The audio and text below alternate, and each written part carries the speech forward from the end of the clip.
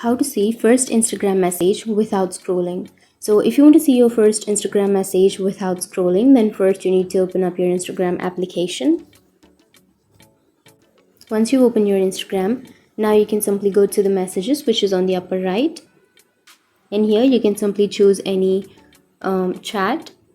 So for example, I have this chat, right? So if you want to see the first message without scrolling, like if you scroll you will have the first message, right? But if you want to do that without scrolling, then you won't have an option to see the first message without scrolling, but you can have a way.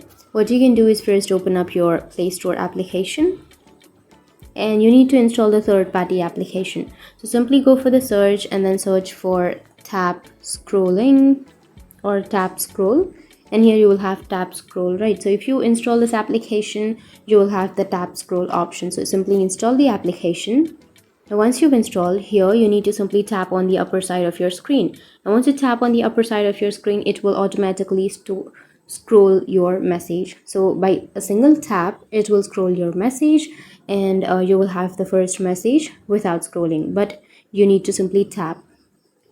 So that's the only way to see your first message without scrolling. And if you have any questions, feel free to comment below. Thanks for watching.